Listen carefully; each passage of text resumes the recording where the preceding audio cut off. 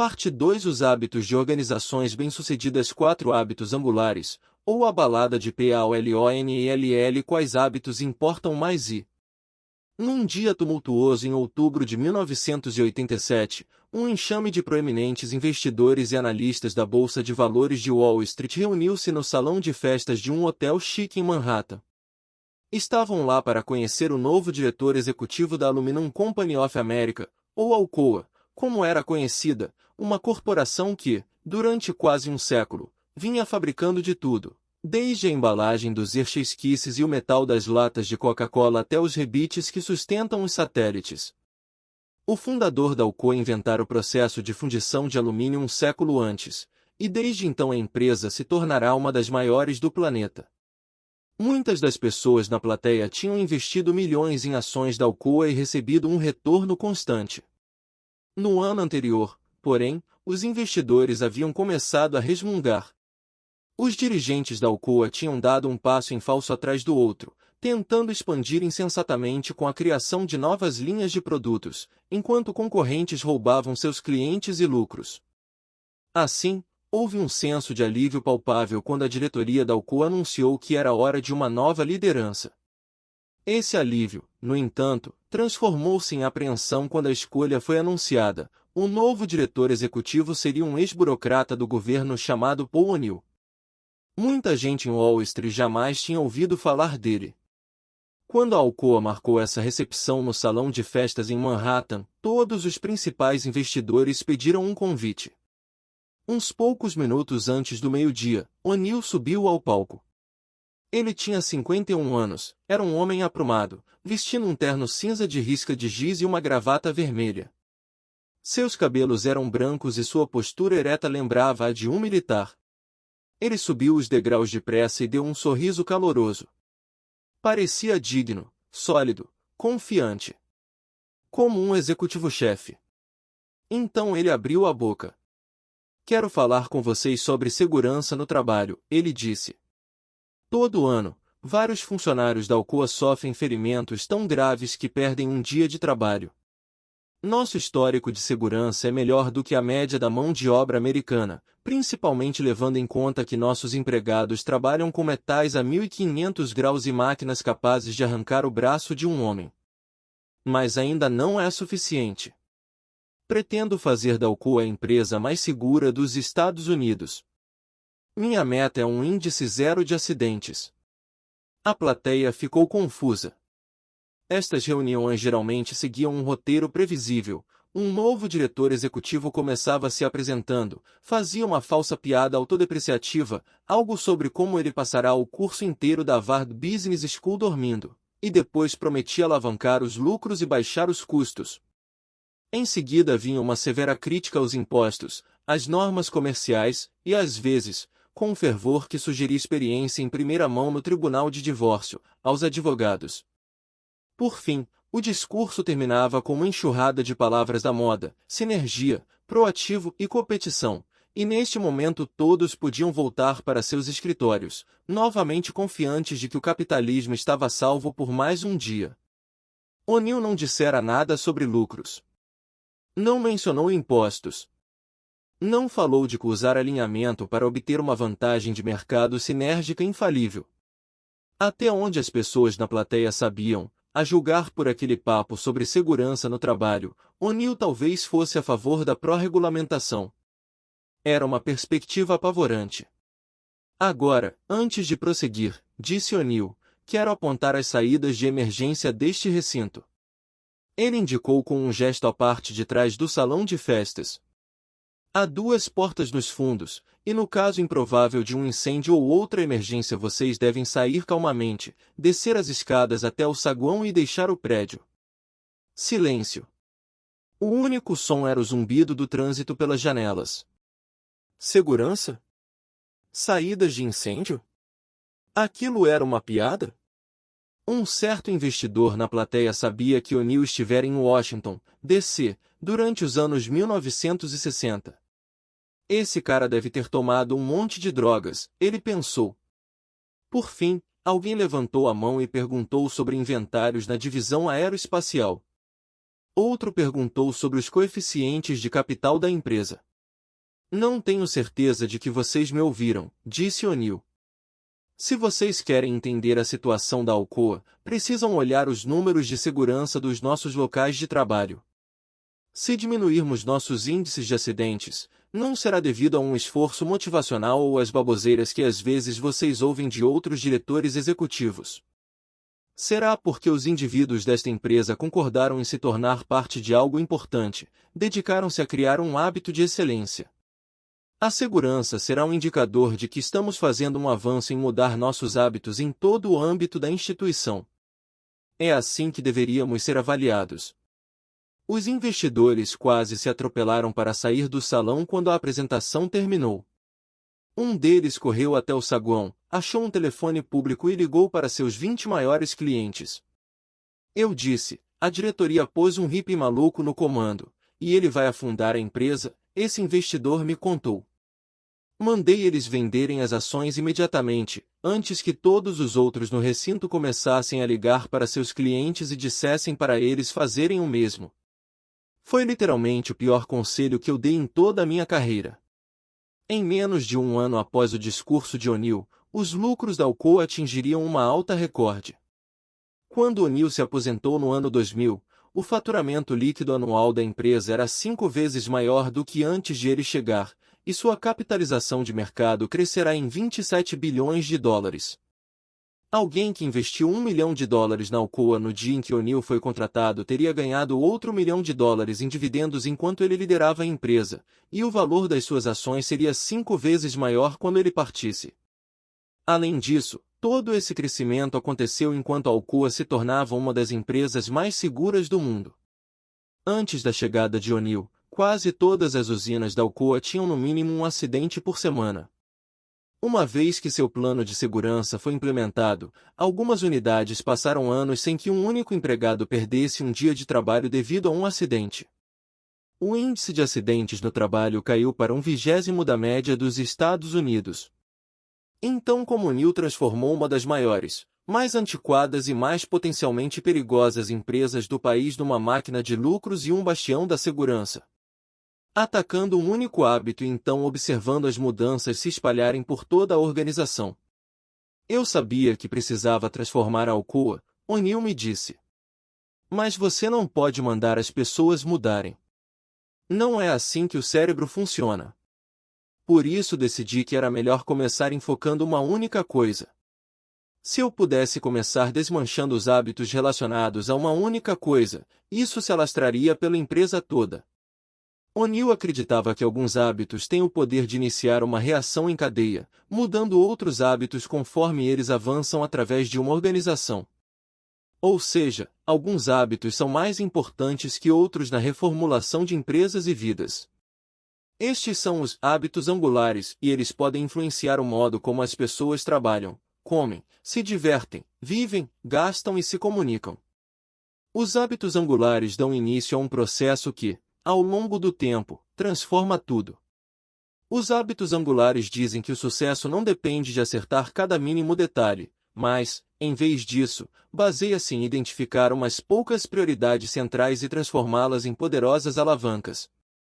A primeira seção deste livro explicou como os hábitos funcionam, como eles podem ser criados e alterados. No entanto, por onde um aspirante a transformador de hábitos deve começar? Entender os hábitos angulares fornece a resposta para essa pergunta. Os hábitos mais importantes são os que, quando começam a mudar, desalojam e reformulam outros padrões. Os hábitos angulares explicam como Michael Phelps tornou-se um campeão olímpico, e por que alguns estudantes universitários têm um desempenho melhor que o dos colegas. Eles esclarecem por que algumas pessoas, após anos de tentativas, de repente perdem 9 quilos enquanto se tornam mais produtivas no trabalho e ainda conseguem chegar em casa a tempo para jantar com os filhos. E os hábitos angulares explicam como a Alcoa tornou-se uma das ações de melhor desempenho no índice Dow Jones, enquanto também se tornava um dos lugares mais seguros da Terra. Da primeira vez em que a Alcoa abordou O'Neill com a proposta de tornar-se diretor executivo, ele não sabia ao certo se queria o emprego. Já ganhará bastante dinheiro, e sua mulher gostava de Connecticut, onde eles moravam. Não sabiam nada sobre Pittsburgh, onde ficava a sede da Alcoa. Mas antes de recusar a oferta, O'Neill pediu um tempo para pensar. Para se ajudar a tomar a decisão, começou a trabalhar numa lista de quais seriam suas maiores prioridades se aceitasse o cargo. O'Neill sempre tivera muita fé em listas.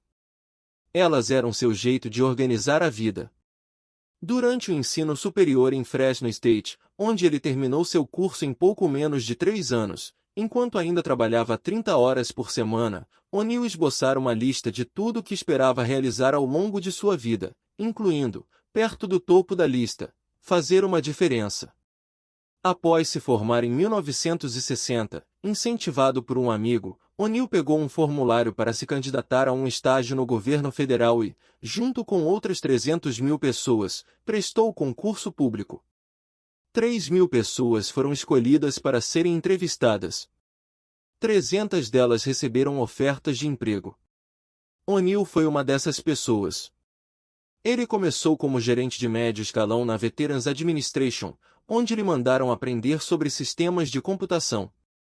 O'Neill continuou fazendo suas listas o tempo todo, registrando por que alguns projetos eram mais bem-sucedidos que os outros, quais fornecedores faziam as entregas no prazo e quais não faziam.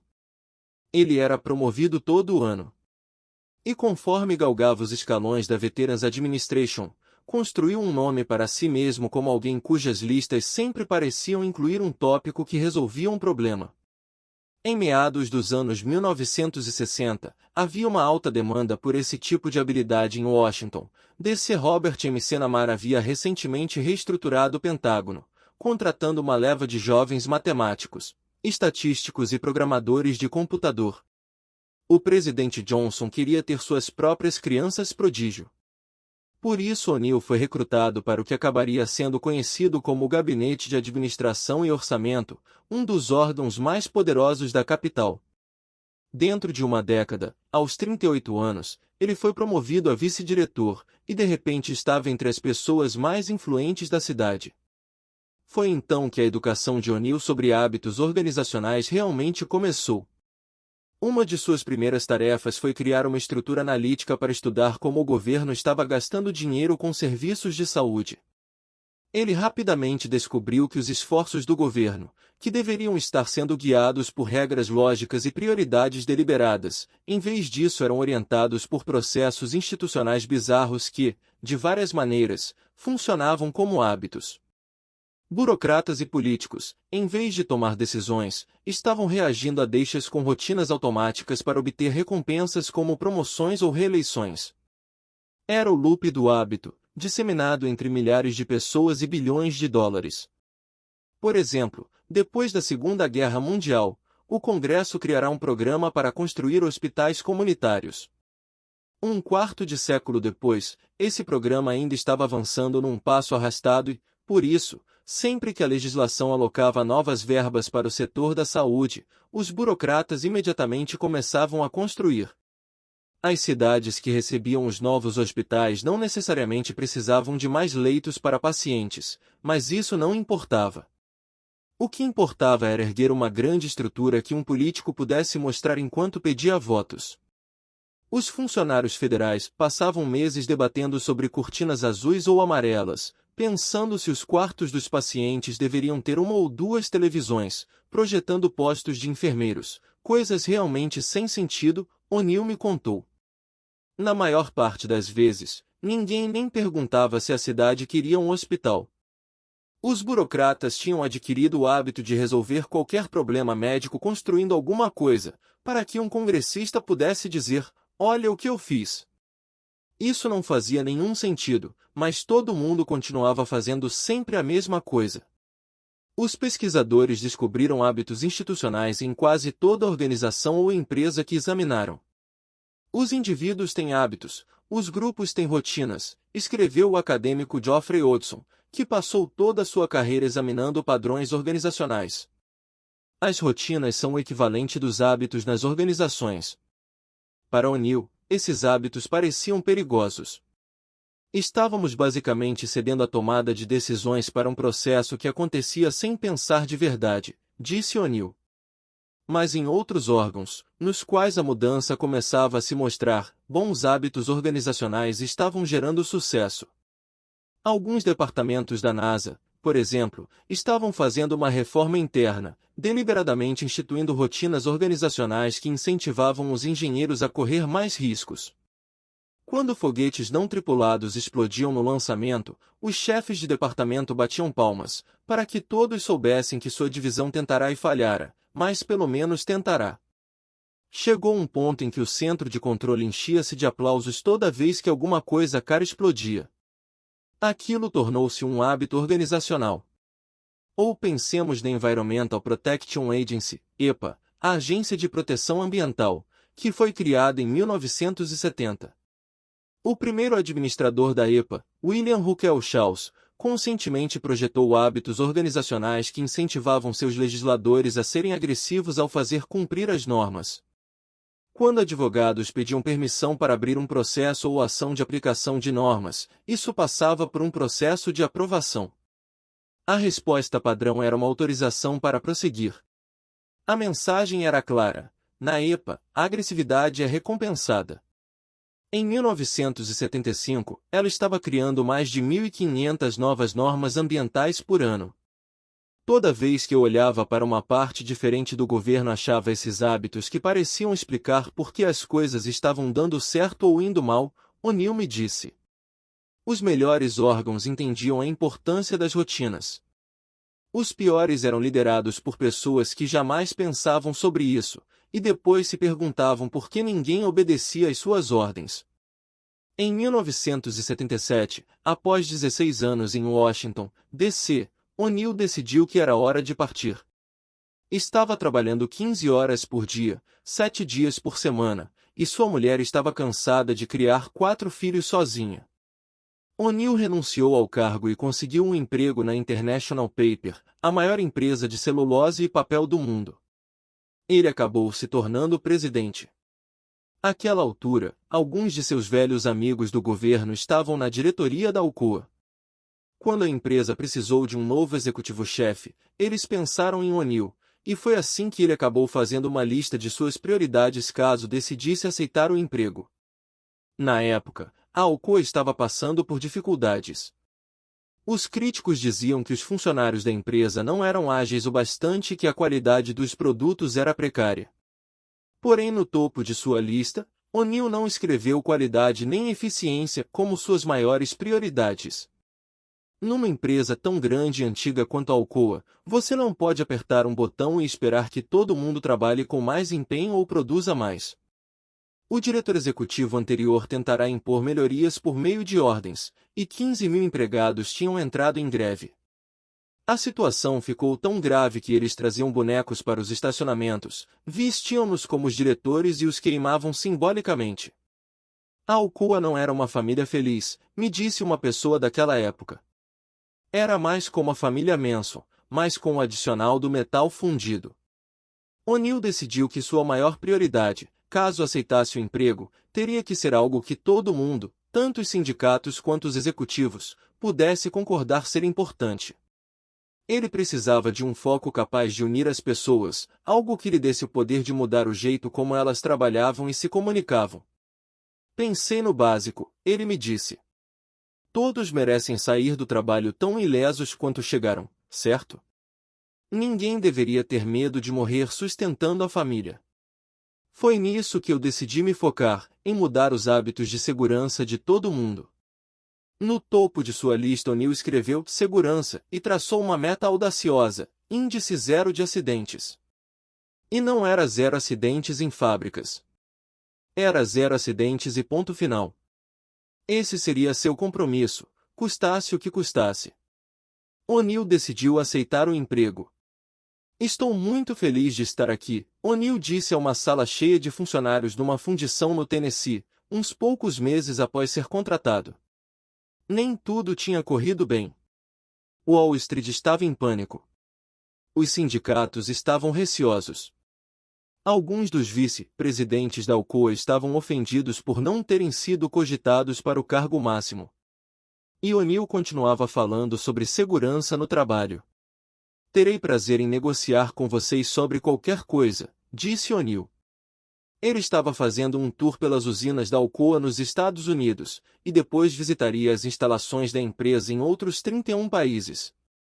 Mas há uma única coisa que nunca vou negociar com vocês, e essa coisa é a segurança. Não quero que vocês digam que algum dia não tomamos todas as providências para garantir que as pessoas não se machuquem. Se vocês quiserem discutir comigo a esse respeito, vão perder. O aspecto brilhante dessa abordagem era que ninguém, é claro, queria discutir com O'Neill sobre segurança no trabalho. Os sindicatos vinham lutando por melhores normas de segurança havia anos. A diretoria também não queria discutir sobre isso, já que os ferimentos significavam perda de produtividade e baixa motivação. O que a maioria das pessoas não percebia, no entanto, era que o plano de O'Neill de alcançar um índice zero de acidentes deu início ao realinhamento mais radical da história da Alcoa. O'Neill acreditava que o segredo para proteger os funcionários da Alcoa era entender por que os acidentes aconteciam em primeiro lugar. E para entender por que os acidentes aconteciam era preciso estudar como o processo de fabricação estava dando errado. Para entender como as coisas estavam dando errado, era preciso contratar pessoas que pudessem educar os funcionários sobre controle de qualidade e os processos de trabalho mais eficientes, para que fosse mais fácil fazer tudo do jeito certo, já que um trabalho correto também é um trabalho mais seguro. Em outras palavras, para proteger os funcionários, a Alcoa precisava se tornar a melhor e mais eficiente empresa de alumínio da Terra. O plano de segurança de O'Neill, basicamente, era moldado no loop do hábito. Ele identificou uma deixa simples, um empregado ferido. Então instituiu uma rotina automática. Toda vez que alguém se acidentasse, o presidente da unidade tinha que reportar o acidente para O'Neill em até 24 horas e apresentar um plano para garantir que o acidente nunca mais acontecesse. E havia uma recompensa. As únicas pessoas que seriam promovidas eram aquelas que adotavam o sistema. Os presidentes de unidade eram pessoas ocupadas. Para contatar O'Neill dentro de 24 horas após um acidente, precisavam ficar sabendo do acidente, por intermédio de seus vice-presidentes, assim que ele ocorresse. Por isso os vice-presidentes precisavam estar em contato constante com os supervisores. E os supervisores precisavam fazer com que os funcionários dessem avisos logo que detectassem um problema, e deixassem por perto uma lista de sugestões, para que, quando o vice-presidente pedisse um plano, já houvesse uma caixa de ideias cheia de possibilidades. Para fazer tudo isso acontecer, cada unidade precisava criar um novo sistema de comunicação que facilitasse ao funcionário de cargo mais inferior levar uma ideia ao executivo do mais alto escalão, o mais rápido possível. Quase tudo na rígida hierarquia da empresa precisou mudar para se adequar ao programa de segurança de O'Neill. Ele estava formando novos hábitos corporativos. Conforme os padrões de segurança da Alcoa mudaram, outros aspectos da empresa também começaram a se transformar numa velocidade surpreendente. Regras às quais os sindicatos vinham se opondo havia anos, como medir individualmente a produtividade dos funcionários, de repente foram aceitas, pois tais medições ajudavam todo mundo a descobrir quando parte do processo de fabricação estava desandando, assim representando um risco para a segurança. Políticas a que os gerentes vinham resistindo havia muito tempo, como dar aos funcionários autonomia para interromper o funcionamento de uma linha de produção quando o ritmo ficava difícil de acompanhar, agora foram bem recebidas, pois esse era o melhor jeito de impedir acidente antes que eles acontecessem. A empresa mudou tanto que alguns empregados acabaram vendo os hábitos de segurança afetarem outras partes de suas vidas. 2 ou 3 anos atrás, eu estava na minha sala, olhando pela janela para a ponte da Ninth Street, e tinha uns caras trabalhando sem usar os procedimentos de segurança corretos, disse Jeff Shockey, o atual diretor de segurança da Alcoa. Um deles estava de pé em cima do parapeito da ponte, enquanto o outro segurava o cinto do primeiro. Eles não estavam usando cinturões de segurança nem cordas. Os dois trabalhavam para alguma empresa que não tem nada a ver com a gente, mas sem pensar naquilo, levantei da cadeira, desci 5 lances de escada, atravessei a ponte e falei para aqueles caras: "Ei, vocês estão arriscando sua vida. Vocês têm que usar seus cinturões e seu equipamento de segurança." Os homens explicaram que seu supervisor tinha esquecido de trazer o equipamento. Então Shockey telefonou para o escritório local da Administração de Segurança e Saúde Ocupacional e denunciou o supervisor.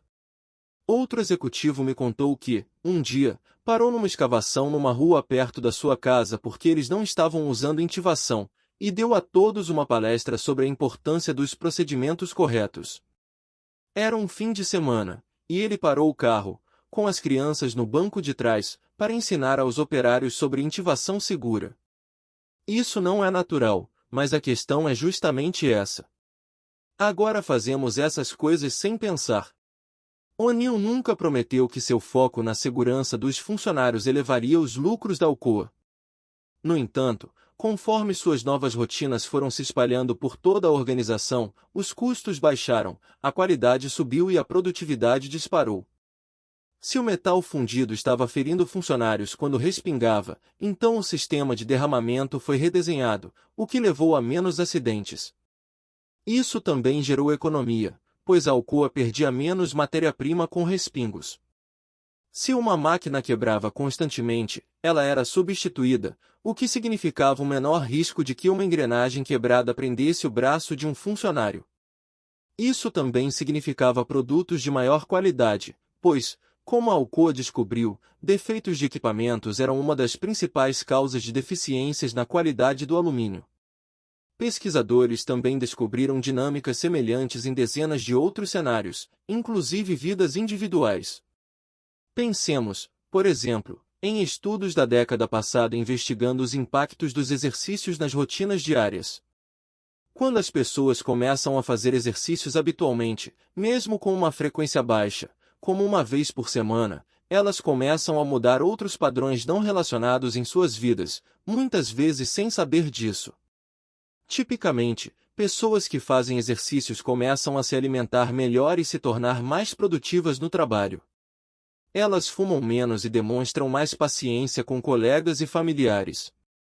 Usam seus cartões de crédito com menos frequência e afirmam sentir menos estresse. O motivo não é totalmente claro. Mas para muitas pessoas o exercício é um hábito angular que deflagra mudanças disseminadas. O exercício transborda para outras áreas, disse James Prochaska, um pesquisador da Universidade de Rhode Island. Há algo nele que facilita os outros hábitos. Estudos documentaram que famílias com o hábito de jantar juntas parecem educar crianças com melhor aptidão para as lições de casa, melhores notas, maior controle emocional e mais confiança. Arrumar a cama toda manhã é correlacionado com uma produtividade melhor, uma maior sensação de bem-estar e maior aptidão para se manter dentro do orçamento. Não que uma refeição em família ou uma cama arrumada cause melhores notas ou menos despesas supérfluas. Mas, de algum modo, essas mudanças iniciais deflagram reações em cadeia que ajudam outros bons hábitos a se firmarem. Se você se focar em mudar ou cultivar hábitos angulares, pode gerar mudanças disseminadas. No entanto, identificar hábitos angulares é uma tarefa complicada.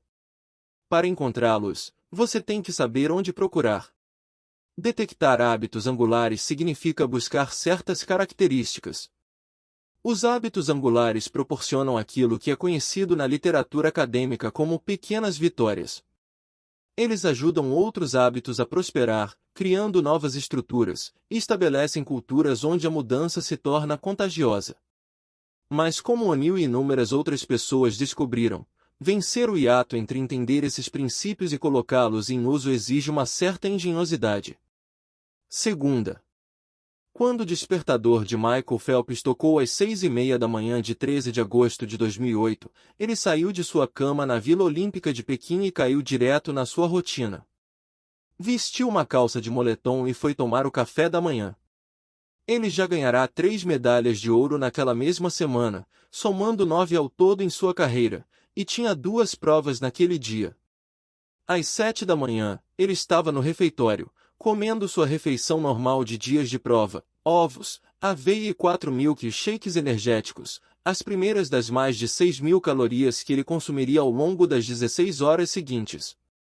A primeira prova de Phelps, os 200 metros borboleta, sua prova mais forte, estava marcada para as 10 horas. 2 horas antes do disparo da pistola de largada, ele deu início à sua série rotineira de alongamentos, começando com os braços, depois as costas, depois descendo até os tornozelos, que eram tão flexíveis que podiam se esticar mais de 90 graus, mais que uma bailarina nas pontas dos pés. Às 8h30, ele entrou na piscina e começou sua primeira volta de aquecimento, 800 metros em estilo misto, seguidos de 600 metros de pernadas, 400 metros puxando uma boia entre as pernas, 200 metros de exercícios de braçadas, e uma série de sprints de 25 metros para elevar o batimento cardíaco. O aquecimento levou exatamente 45 minutos.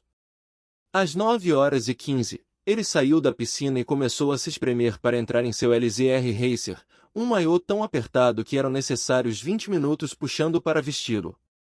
Então pôs fones de ouvido, deu play na seleção de hip-hop que ouvia antes de cada prova e ficou esperando. Phelps começara a nadar aos 7 anos para gastar parte da energia que estava deixando sua mãe e seus professores malucos. Quando um treinador de natação local chamado Bob Bowman viu o torso comprido de Phelps, as mãos grandes e pernas relativamente curtas, que ofereciam menos resistência na água, percebeu que ele podia se tornar um campeão. Porém Phelps era emotivo. Tinha dificuldade de se acalmar antes das provas. Seus pais estavam se divorciando, e não era fácil para ele lidar com o estresse. Bowman comprou um livro de exercícios de relaxamento e pediu que a mãe de Phelps os lesse para ele em voz alta toda noite. O livro continha um roteiro: feche seu punho direito bem apertado e depois solte. Imagine a tensão se dissipando, que tensionava e relaxava cada parte do corpo de Phelps antes de ele cair no sono. Bowman acreditava que, para o nadador, o segredo da vitória era criar as rotinas certas. Ele sabia que Phelps tinha o físico perfeito para a piscina. Dito isso, todo mundo que acaba competindo numa Olimpíada tem uma musculatura perfeita. Bowman também percebeu que Phelps, mesmo numa idade tão precoce, tinha uma capacidade para obsessão que fazia dele um atleta ideal. Por outro lado, todos os atletas de elite são obsessivos. O que Bowman podia dar a Phelps, no entanto, o que o distinguiria de outros competidores, eram hábitos que fizessem dele o nadador mentalmente mais forte na piscina. Ele não precisava controlar cada aspecto da vida de Phelps. Só o que precisava era focar em uns poucos hábitos que não tinham nada a ver com natação e tudo a ver com criar a mentalidade correta. Ele concebeu uma série de comportamentos que Phelps podia usar para ficar calmo e focado antes de cada prova, para descobrir essas minúsculas vantagens que, num esporte em que a vitória pode vir em questão de milissegundos, fariam toda a diferença. Quando Phelps era adolescente, por exemplo, ao final de cada treino, Bowman lhe dizia para ir para casa e assistir a fita de vídeo. Assista antes de dormir e quando acordar. A fita de vídeo não era real. Na verdade, era uma visualização mental da prova de natação perfeita.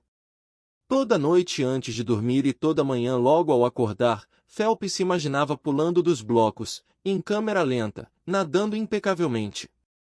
Visualizava suas braçadas, as paredes da piscina, suas viradas e o momento da chegada. Imaginava o rastro na água atrás de seu corpo, a água pingando de seus lábios quando a boca vinha à tona. Qual seria a sensação de arrancar a touca no final?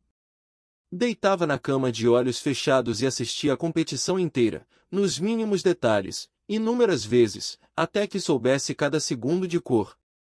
Durante os treinos, quando Bowman mandava Phelps nadar em velocidade de competição, gritava: "Coloque a fita", e Phelps se forçava a nadar com toda a força que tinha. A sensação enquanto ele cruzava a água era quase de anticlímax. Ele fizera aquilo tantas vezes na sua imaginação que, agora, parecia uma coisa mecânica. Mas funcionava. Ele foi ficando cada vez mais veloz. Chegou um ponto em que tudo que Bowman precisava fazer antes de uma prova era sussurrar: "Deixe a fita pronta", e Phelps se acalmava e aniquilava os adversários. E uma vez que Bowman estabeleceu umas poucas rotinas centrais na vida de Phelps, todos os outros hábitos, sua dieta e seu treinamento, as rotinas de alongamento e de sono, pareceram se ajustar por si próprios. No cerne de por que esses hábitos eram tão eficazes, Porque funcionavam como hábitos angulares, estava algo conhecido na literatura acadêmica como uma pequena vitória.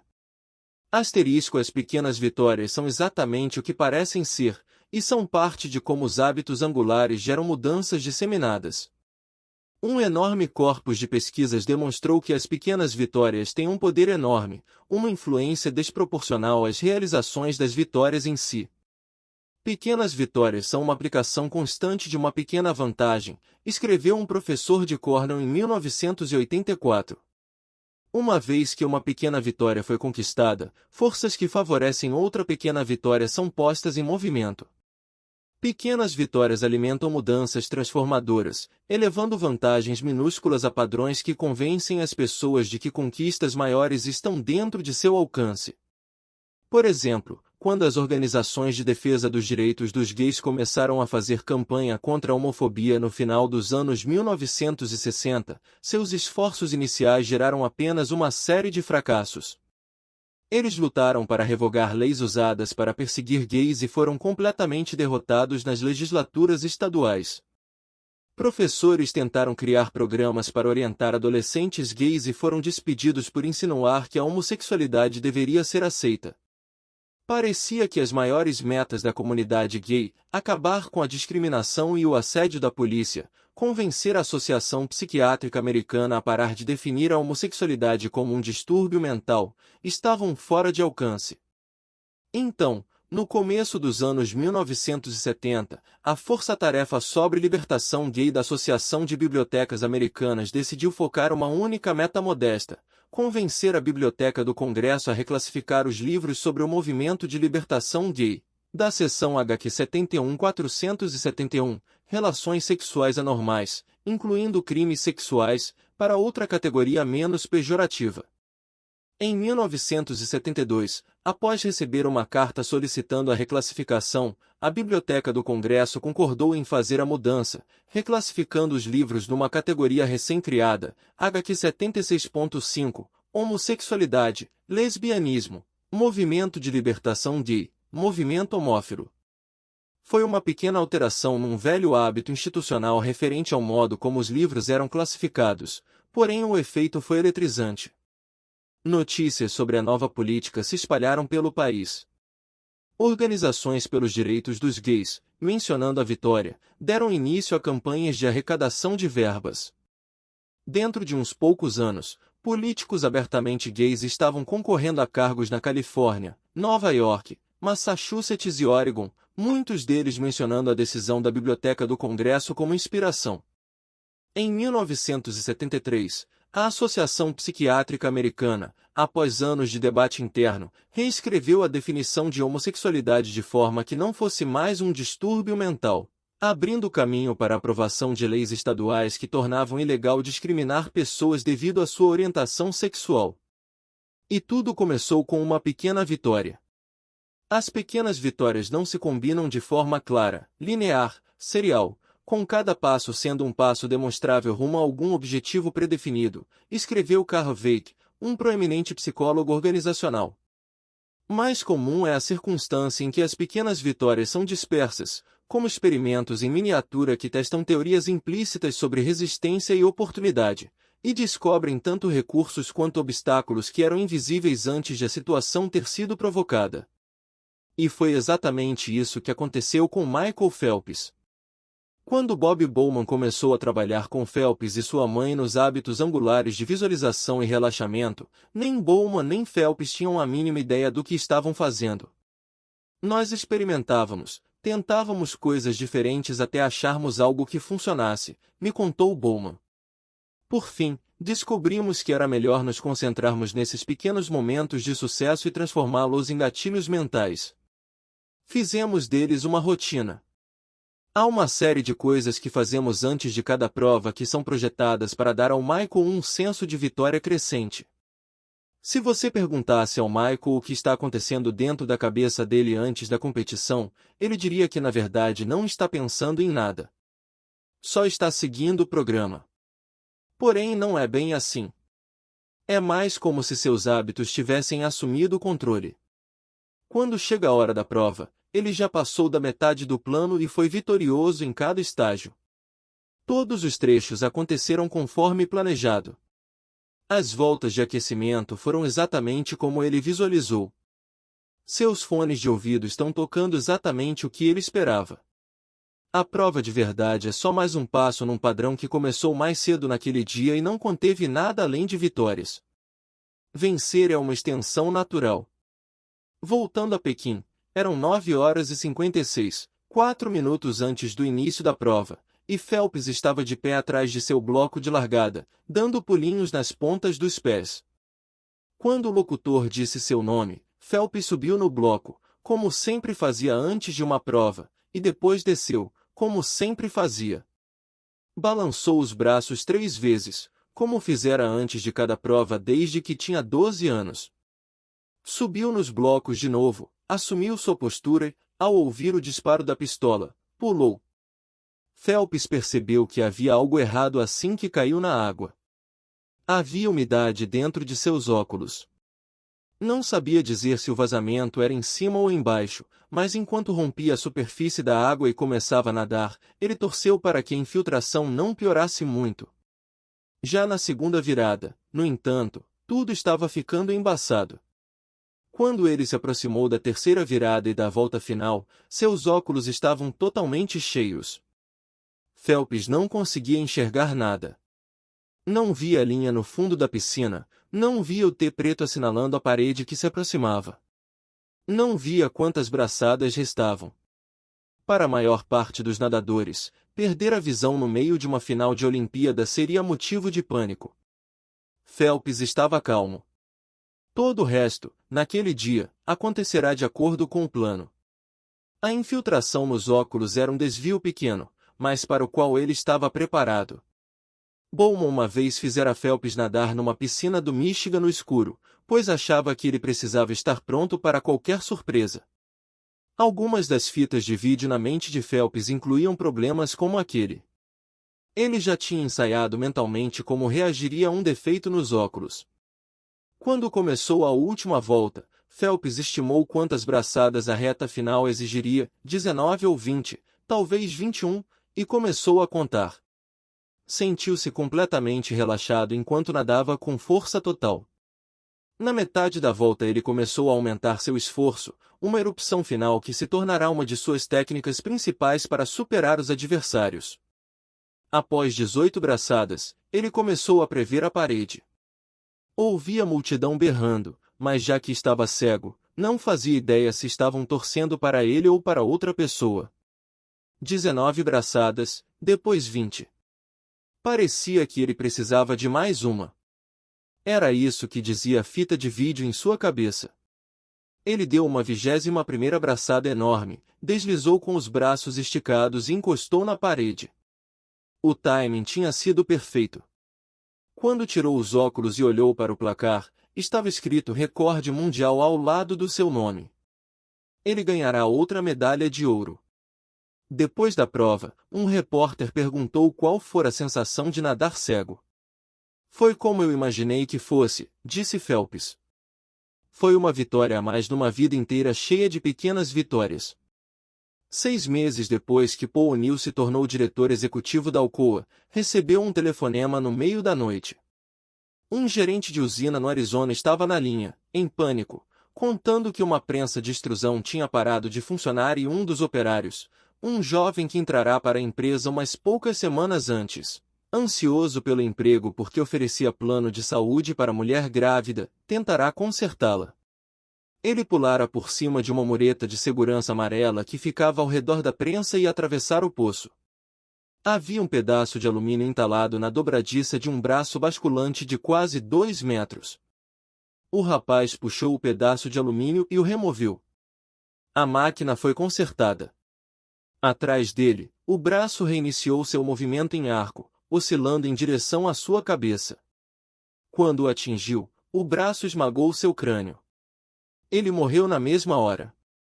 14 horas depois, O'Neill convocou todos os executivos da usina, assim como os dirigentes da Alcoa em Pittsburgh, para uma reunião de emergência. Durante a maior parte do dia, eles recriaram minuciosamente o acidente, usando diagramas e assistindo às fitas de vídeo inúmeras vezes.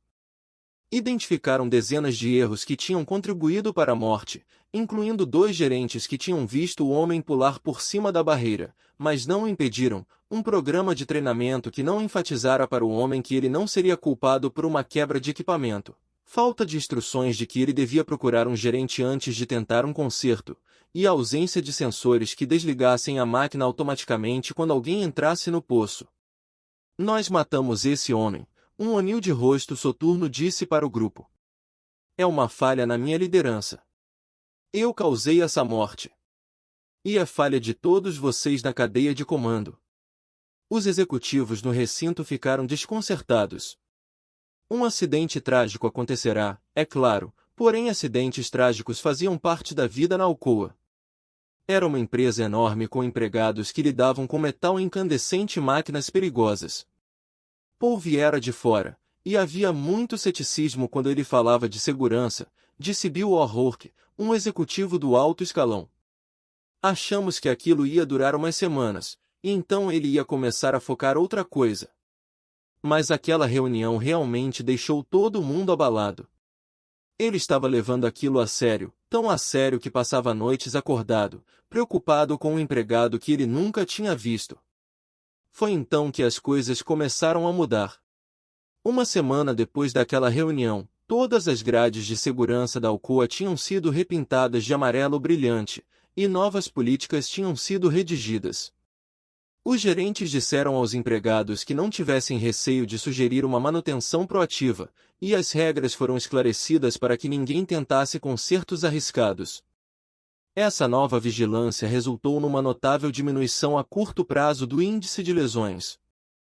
A Alcoa viveu uma pequena vitória. Então O'Neill deu o bote. Quero parabenizar a todos por reduzir o número de acidentes, mesmo por apenas 2 semanas, ele escreveu no memorando que passou pela empresa inteira. Não devemos comemorar porque seguimos as regras, nem porque reduzimos um número. Devemos comemorar porque estamos salvando vidas. Os operários fizeram cópias do texto e as grudaram em seus armários. Alguém pintou um mural retratando O'Neill numa das paredes de uma usina de fundição, com uma citação do memorando escrita embaixo. Assim como as rotinas de Michael Phelps não tinham nada a ver com natação e tudo a ver com seu sucesso, também os esforços de O'Neill começaram, como uma bola de neve, a gerar mudanças que não estavam relacionadas à segurança, mas eram transformações mesmo assim. Eu disse para os operários, se sua gerência não estiver atenta às questões de segurança, então liguem para minha casa, este é o meu número, O'Neill me disse. Os funcionários começaram a ligar, mas não queriam falar de acidentes. Queriam falar sobre todas essas outras ideias ótimas. A usina da Alcoa que fabricava revestimento de alumínio para paredes para casas, por exemplo, vinha lutando para se manter havia anos, porque os executivos tentavam prever cores populares e inevitavelmente apostavam errado. Pagavam milhões de dólares a consultores para escolherem tons de tinta e, 6 meses depois, o depósito ficava atulhado de amarelo sol, enquanto o verde exército, que de repente entrará em demanda, estava em falta. Um dia, um empregado de baixo escalão fez uma sugestão que rapidamente chegou aos ouvidos do gerente-geral. Se eles agrupassem todas as máquinas de tinta, podiam trocar os pigmentos mais depressa e se tornar mais ágeis para reagir a mudanças na demanda dos clientes.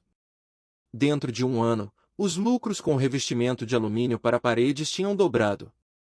As pequenas vitórias que começaram com o foco de O'Neill na segurança criaram um clima em que todos os tipos de novas ideias pipocavam.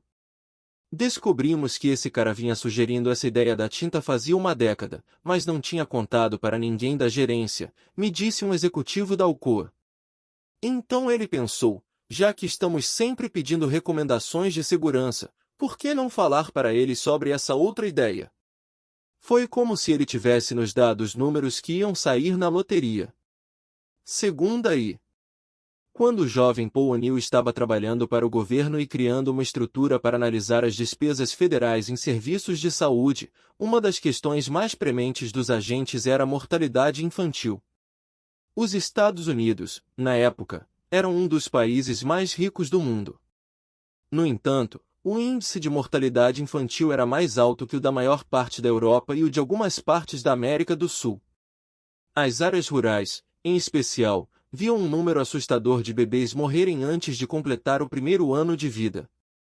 O'Neill foi encarregado de descobrir por quê.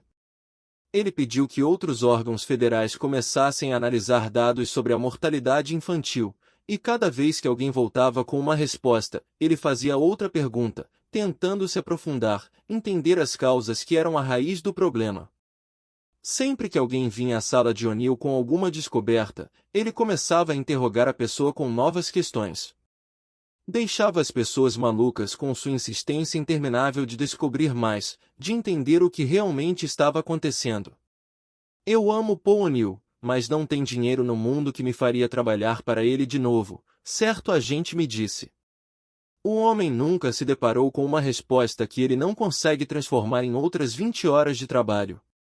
Algumas pesquisas, por exemplo, sugeriam que a maior causa das mortes de recém-nascidos eram nascimentos prematuros. E o motivo pelo qual os bebês nasciam cedo demais era que as mães sofriam de desnutrição durante a gravidez.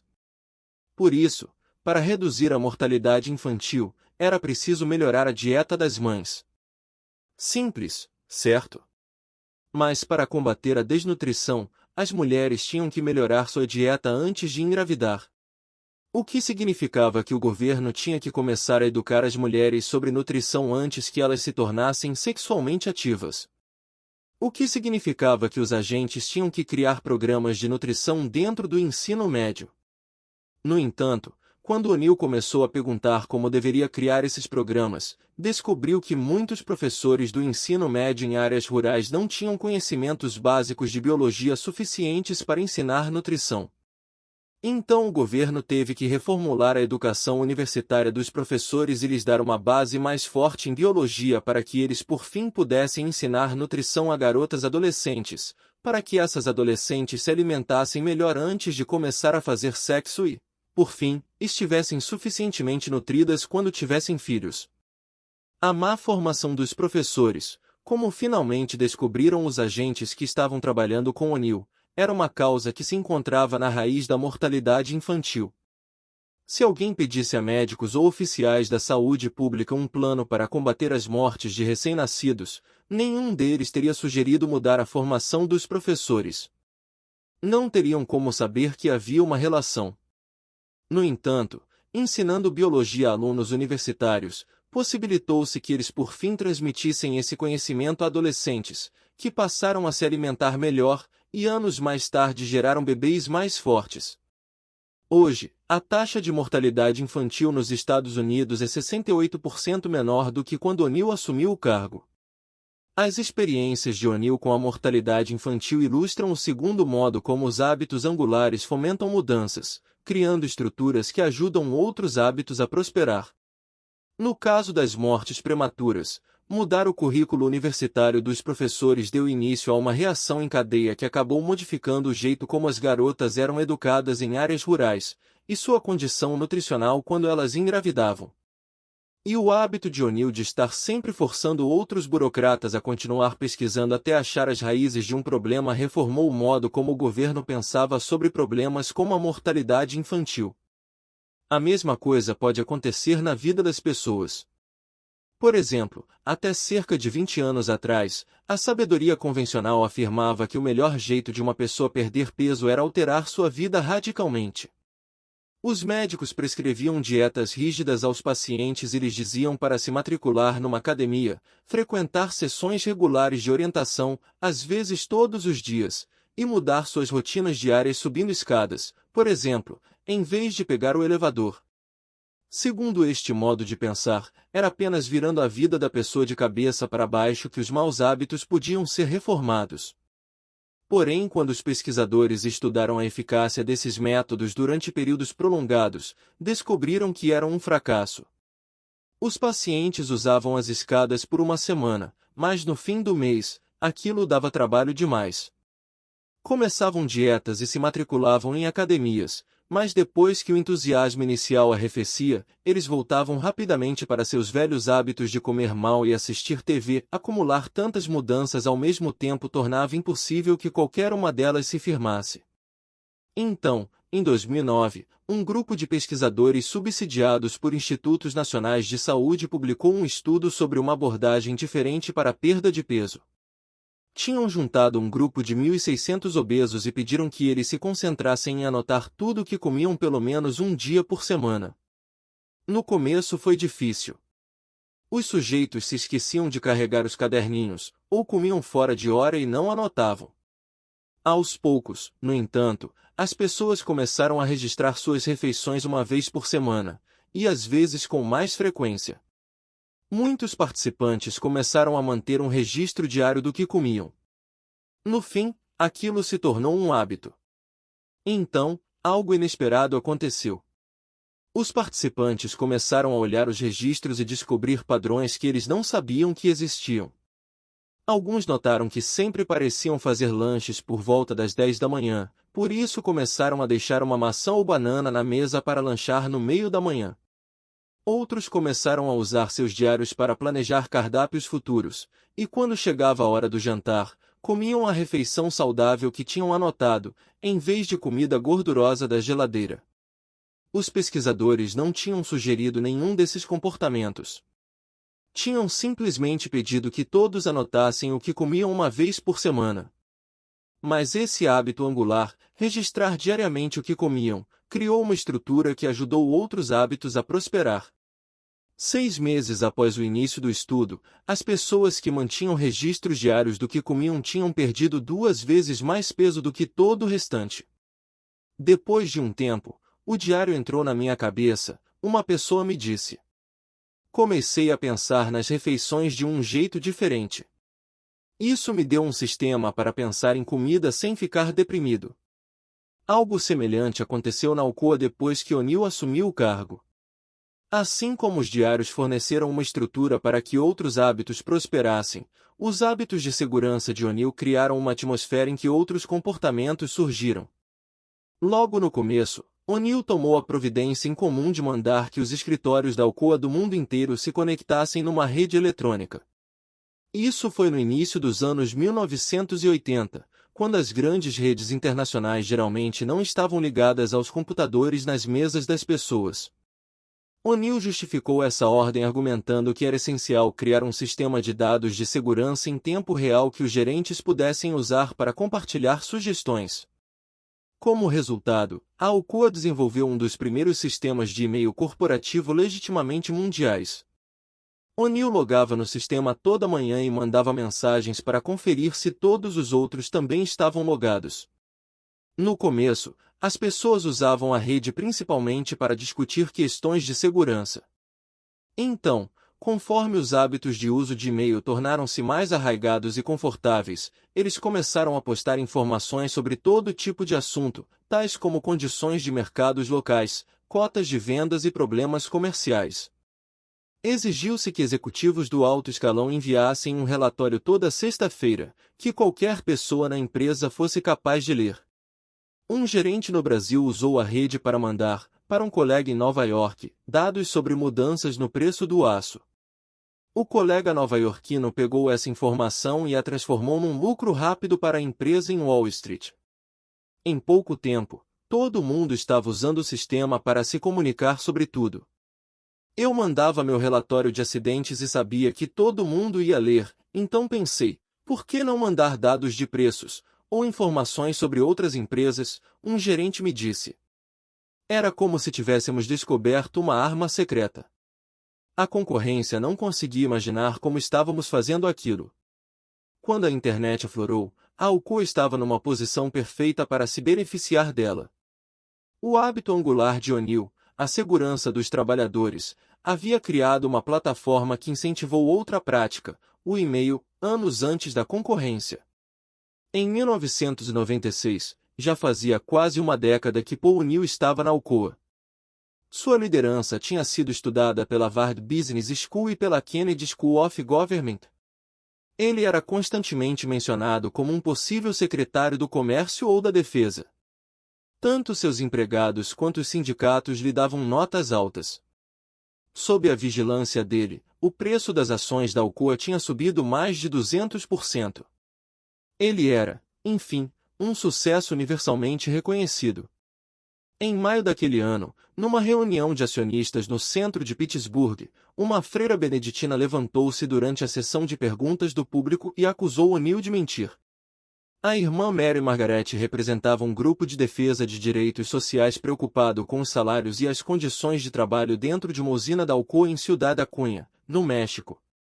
Ela disse que enquanto O'Neill tecia elogios às medidas de segurança da Alcoa, trabalhadores no México estavam adoecendo devido a gases perigosos. Isso não é verdade, O'Neill disse a todos no auditório. Em seu laptop, ele acessou os registros de segurança da usina mexicana. Estão vendo, ele disse, mostrando a todos os elevados índices de segurança, cumprimento de leis ambientais e pesquisas de satisfação de empregados. O executivo encarregado da usina, Robert Barton, era um dos gerentes mais antigos da Alcoa. Estava na empresa havia décadas e era responsável por algumas de suas maiores parcerias. A freira disse que o público não devia confiar em O'Neill. Ela sentou. Depois da reunião, O'Neill pediu que ela viesse à sua sala. A ordem religiosa da freira possuía 50 ações da Alcoa, e havia meses que eles vinham solicitando uma votação de acionistas sobre uma resolução que repensasse as operações da empresa no México. O'Neill perguntou à irmã Mary se ela tinha estado pessoalmente em alguma das usinas. Ela disse que não. Para se certificar, O'Neill pediu que o diretor de recursos humanos e o conselho geral da empresa fossem ao México para ver o que estava acontecendo. Quando os executivos chegaram, examinaram os relatórios da usina de Acuña e descobriram registros sobre o incidente que nunca tinham sido enviados à sede. Uns poucos meses antes, houvera um acúmulo de emissões de gases dentro de um prédio. Foi uma ocorrência relativamente desimportante. O executivo da usina, Barton, instalara ventiladores para dissipar os gases. As pessoas que haviam adoecido tinham se recuperado completamente dentro de 1 ou 2 dias. Mas Barton nunca reportara o problema. Quando os executivos voltaram para Pittsburgh e apresentaram suas descobertas, O'Neill tinha uma dúvida. Bob Barton sabia que as pessoas tinham adoecido? Nós não o encontramos, eles responderam. Mas sim, ficou bem claro que ele sabia. 2 dias depois, Barton foi demitido. Essa saída chocou as pessoas de fora. Barton tinha sido mencionado em artigos como um dos executivos mais valiosos da empresa. Sua partida foi um baque para joint ventures importantes. Dentro da Alcoa, no entanto, ninguém ficou surpreso. Aquilo foi visto como uma extensão inevitável da cultura que O'Neill criará. Foi Barton quem demitiu a si mesmo, um de seus colegas me disse. Nesse caso não houve nem escolha. Este é o último modo como os hábitos angulares incentivam uma mudança disseminada, criando culturas em que novos valores se tornam arraigados.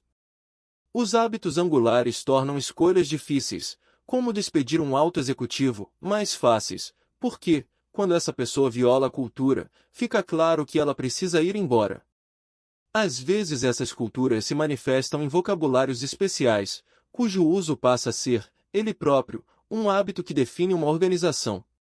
Na Alcoa, por exemplo, havia programas essenciais e filosofias de segurança, expressões que serviam como valizes, contendo conversas inteiras sobre prioridades, objetivos e maneiras de pensar.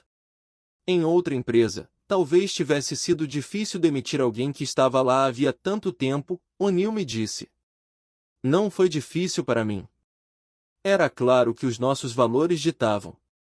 Ele foi demitido porque não relatou o incidente, e ninguém mais teve a oportunidade de aprender com ele. Não compartilhar uma oportunidade de aprender é um pecado capital. As culturas crescem a partir dos hábitos angulares de toda a organização, quer os líderes estejam cientes deles, quer não estejam. Por exemplo, quando pesquisadores estudaram uma classe recém-chegada de cadetes em West Point, mediram suas pontuações médias, aptidão física, habilidades militares e autodisciplina. No entanto, quando correlacionaram estes fatores com o dado de se os alunos desistiam do curso ou se formavam, eles descobriram que nenhum dos fatores importava tanto quanto algo a que os pesquisadores se referiam como garra, definida por eles como a tendência a trabalhar, com afinco frente aos desafios, mantendo o esforço e o interesse ao longo dos anos apesar de fracassos, adversidades e estagnações no avanço. O mais interessante da garra é o modo como ela surge. Ela cresce a partir de uma cultura que os cadetes criam para si mesmos, e essa cultura muitas vezes surge devido a hábitos angulares que eles adotam em West Point. Tem tanta coisa difícil nessa escola, um cadete me disse. Eles chamam o primeiro verão de caserna bestial, porque querem triturar você. Um monte de gente desiste antes de o ano letivo começar. Mas eu achei esse grupo de caras nos primeiros dias aqui, e começamos a fazer essa coisa em que, toda manhã, nos reunimos para conferir se todo mundo está se sentindo forte. Vou falar com eles quando me sinto preocupado ou desanimado, e sei que eles me botam para cima de novo. Nós somos só 9, e nos chamamos de mosqueteiros. Sem eles, acho que não teria durado nem um mês aqui. Os cadetes que se saem bem em West Point chegam à escola equipados com hábitos de disciplina mental e física. Essas qualidades, no entanto, só podem levá-los até certo ponto. Para ter sucesso, eles precisam de um hábito angular que crie uma cultura, tal como uma reunião diária de amigos com mentalidade semelhante, para lhes ajudar a encontrar a força necessária para superar obstáculos. Hábitos angulares nos transformam criando culturas que deixam claros os valores que, no calor de uma decisão difícil ou de um momento de incerteza, talvez acabássemos esquecendo. Em 2000, O'Neill se aposentou da Alcoa, a pedido do presidente recém-eleito George W. Bush, tornou-se secretário da Fazenda. 4 deixou o cargo 2 anos depois, e hoje passa a maior parte do tempo ensinando hospitais a se focarem na segurança dos trabalhadores e em hábitos angulares que possam baixar os índices de erros médicos, assim como servindo em diversas diretorias corporativas. Empresas e organizações em todo o território americano, no entanto, já adotaram a ideia de usar os hábitos angulares para retransformar locais de trabalho. Na IBM, por exemplo, Lou Gerstner reconstruiu a empresa concentrando-se inicialmente num único hábito angular, as rotinas de pesquisa e vendas da IBM. Na firma de consultoria McKinsey & Company, uma cultura de melhoria contínua é criada através de um hábito angular de críticas internas abrangentes que são parte crucial de cada tarefa. Na Goldman Sachs, um hábito angular de avaliação de riscos serve de alicerce a cada decisão. E na Alcoa, o legado de O'Neill continua vivo. Mesmo na ausência dele, o índice de acidentes continua diminuindo. Em 2010, 82% das usinas da Alcoa não perderam um único dia de trabalho de um empregado devido a ferimentos, o que é quase um recorde histórico. Em média, há mais chances de um funcionário se ferir numa empresa de software, fazendo desenhos animados para um estúdio de cinema, ou calculando impostos como contador, do que lidando com alumínio fundido na Alcoa. Quando fui promovido a gerente de usina, disse Jeff Shockey, o executivo da Alcoa, no primeiro dia em que entrei no estacionamento, vi todas essas vagas perto das portas da frente, com nomes de cargos escritos nelas. O chefe disso e daquilo. As pessoas importantes ficavam com as melhores vagas. A primeira coisa que fiz foi mandar um gerente de manutenção apagar todos os cargos. Queria que quem chegasse ao trabalho mais cedo pegasse a melhor vaga. Todo mundo entendeu a mensagem, cada pessoa importa. Era uma extensão do que Paul estava fazendo pela segurança dos funcionários. Isso entusiasmou a usina inteira. Em pouco tempo, todos estavam chegando ao trabalho mais cedo. 4 O mandato de O'Neill na Secretaria da Fazenda não foi tão bem sucedido quanto sua carreira na Alcoa. Quase imediatamente após assumir o cargo, ele começou a abordar algumas questões centrais, incluindo segurança no trabalho, criação de empregos, prestação de contas do Poder Executivo e o combate à fome na África, entre outras iniciativas. No entanto, a política de O'Neill não estava em sintonia com a do presidente, e ele deu início a uma luta interna contra as reduções tributárias propostas por Bush. Foi convidado a renunciar no fim de 2002. O que eu achava que era certo para a política econômica era o oposto do que a Casa Branca queria, O'Neill me disse. Isso não é bom para um secretário da Fazenda, então fui demitido.